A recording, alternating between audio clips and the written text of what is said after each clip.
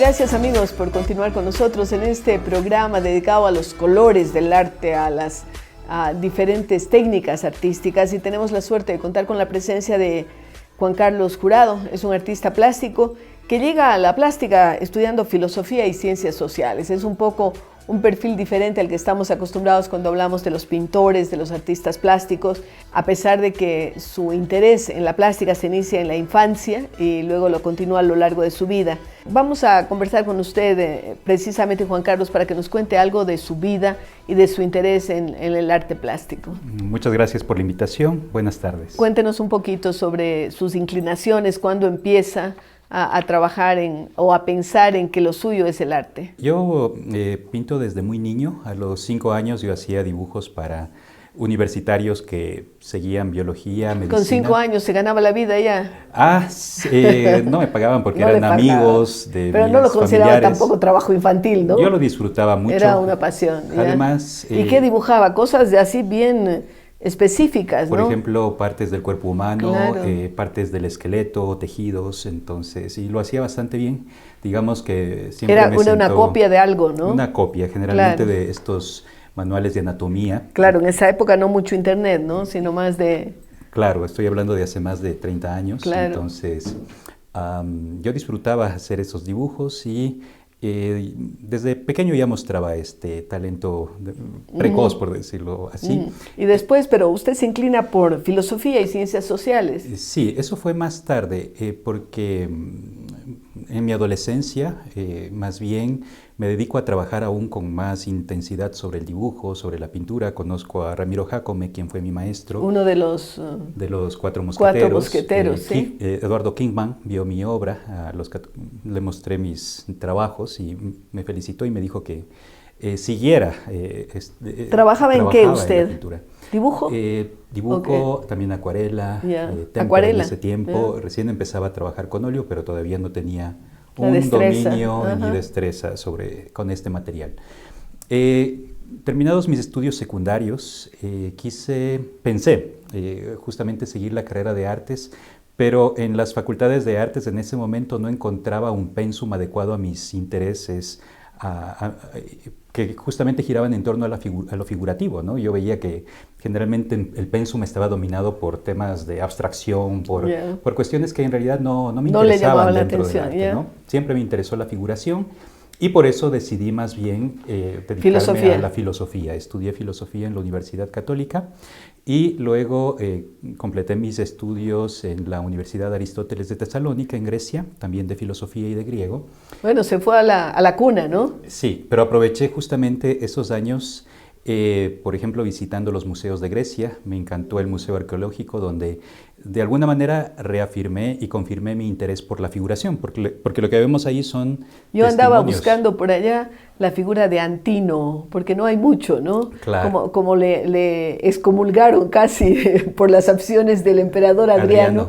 Entonces fui a encontrar algo de Antino, porque él casi todo se encontraba descabezadas y todos los museos. Entonces finalmente lo encontré por ahí, casi por el Istmo de Corinto, alguna cosa así. En Egipto, ¿no? En Alejandría. Bueno, Alejandría he estado mucho yo por la biblioteca, sí. Sí, pero justamente es eso, ¿no? Queda todavía el testimonio de la gran habilidad de estos, sobre todo escultores griegos, y esa fue, yo diría, una de mis principales influencias para volver a la figuración. Entonces, yo diría que hay dos grandes influencias, ¿no? Primero, la pintura barroca. Yo, que provengo de una familia católica, visitaba las iglesias del centro histórico, que son y se fascinaba usted de ver aquellas cosas abarrotadas, ¿no? Pero sobre todo hubo un cuadro que me impactó cuando yo era niño. Es este cuadro atribuido a Hernando de la Cruz, una famosa representación del infierno que está en la Compañía de Jesús. Bueno, y veo que se dedica a las diabólicas y la tiniebla sagrada, o sea que le impactó de verdad mismo. Exactamente. ¿Y usted qué opina del Bosco? Me gusta el Bosco. Es fantástico, ¿no? Sí, aunque yo diría que todavía no llega a consolidarse como un maestro del barroco, como lo fueron después otros grandes maestros, ¿no? Y por eso tengo mis preferencias por Zurbarán o por Giuseppe Rivera, o por un autor que poco a poco se da a conocer actualmente, que es Valentín de Boulogne, autor poco conocido hace algunos años. Y Velázquez, obviamente, que es un gran referente. Claro. Entonces, usted estudiaba filosofía, pero a la par no dejaba de dibujar, de pintar, ¿no? Exactamente, y mis reflexiones en filosofía giraban en torno a cuestiones de arte. Justamente pensé sobre la función y aquello que guiaba mi propia obra pictórica, y eso lo hice justamente a través de argumentos filosóficos. Ahora, indudablemente la filosofía tiene mucho que ver con su obra artística, pero también al revés, ¿o no? La filosofía, y yo diría que también de forma muy potente la religión. Muchos de mis cuadros están dominados por motivos religiosos. Pero tenebrosos. Bastante, porque ¿Por qué? justamente por mi adhesión a este movimiento pictórico que es el barroco y al interés que demostré desde niño, por ejemplo, por las representaciones. Por el infierno. Y por ejemplo, por el infierno, que siempre ha dominado mis producciones posteriores. Mis cuadros están dominados por esa atmósfera oscura, tenebrosa. La tiniebla sagrada, las La diabólicas, tiniebla. eso es lo que marca su destino. ¿Usted se considera más un filósofo o un pintor? Yo soy un pintor. Soy Ya. un pintor que aprovechó Impactado y bebe de la fuente de la filosofía. y bebo ¿no? de la filosofía con la intención de hacer aún más potentes, más sólidos mis obras pictóricas. No he tenido la suerte de ver todavía su obra, pero lo voy a ver, indudablemente. Pero ¿qué dice la crítica respecto de su obra? Desde el año pasado, en realidad en el medio yo soy bastante nuevo. Yo apenas expuse mi obra en el mes de marzo de 2024 y a partir de ese momento las redes, los medios han prestado mucha atención a mi obra, también o sea, otros ¿usted pintores. estuvo guardando su obra o aprendiendo? ¿Qué hacía antes de esta exposición? Yo me dedicaba, para que se conozca su obra. Sí, en realidad yo pintaba encerrado en mi estudio y no tenía la intención de publicar nada hasta que justamente yo empecé a publicar mis obras en redes sociales y una poeta ecuatoriana que recientemente ganó el premio Jorge Carrera Andrade, llamada Rocío Soria, vio mis obras y se interesó mucho por ellas, y como además de poeta comparte esta actividad con la comunicación social, decidió difundirlas, y gracias a este impulso de Rocío es que desde el año pasado empiezo a difundir esta obra, ¿no? A hacerla visible. Pero usted no vive de lo que pinta. Actualmente vivo más bien de la docencia, soy profesor en la Universidad Central, pero mis obras empiezan a salir y de manera inesperada, ¿no? Ya de la colección Las Diabólicas, que originalmente estaba compuesta de 40 obras, solo me quedan 20, y esta nueva colección, Las Diabólicas... ¿Y cuántas tenía? 40. En Tiniebla Sagrada eran 40 obras, ahora en Las Diabólicas... O sea, la mitad fueron vendidas, ¿ya? Sí, la mitad ya tienen diferentes dueños, propietarios, sí, que han recibido un impacto, yo diría que inmediato, ¿no? Porque justamente es como retomar un modelo y una técnica y una propuesta que ya existió en la pintura ecuatoriana, en el barroco. Claro. Y que se ha perdido, porque ahora se va mucho por el tema de lo abstracto, ¿no? Claro, y además...